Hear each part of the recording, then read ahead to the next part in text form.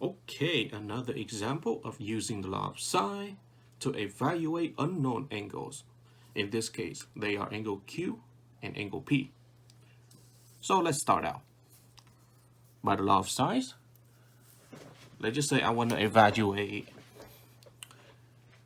angle Q. So I'm going to take the Q ratio, psi of capital Q, over lowercase q, but lowercase q is 41. And set it equals to either the P ratio or the R ratio. Now we don't set it equal to the P ratio because we don't know lowercase p and also capital P. So two unknown terms, not possible. But we can set it equal to the R ratio because we know lowercase r and capital R. That means equal capital R, which is 39 degrees, divided by lowercase r, which is 28. Now same algebra manipulation.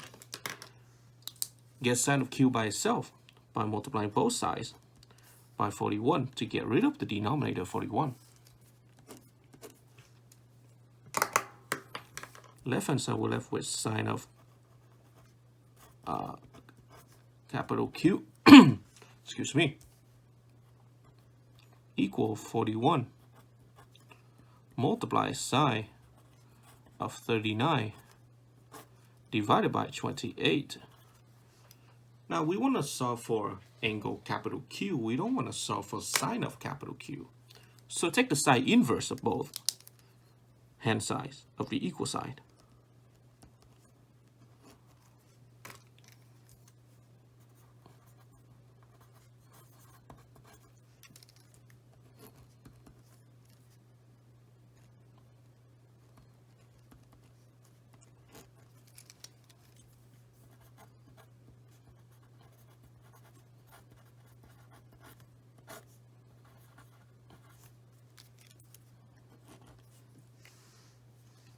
On the left-hand side, sine inverse and sine cancel out.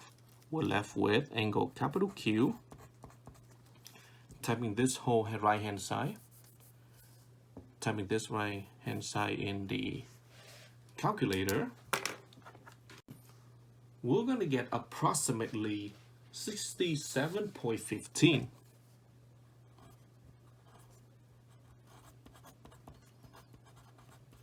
degree.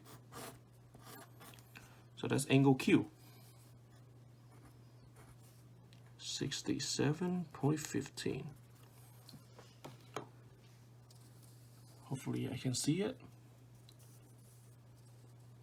Now with two angles known, the leftover one is easy to be found by using the triangle angle sum theorem. So that's what we'll say. We'll say by triangle angle sum theorem,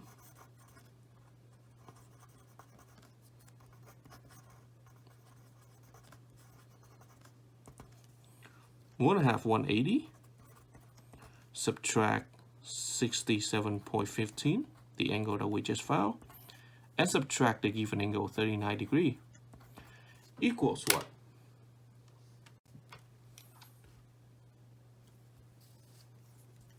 Equals 73.85 degree, and that is angle capital P.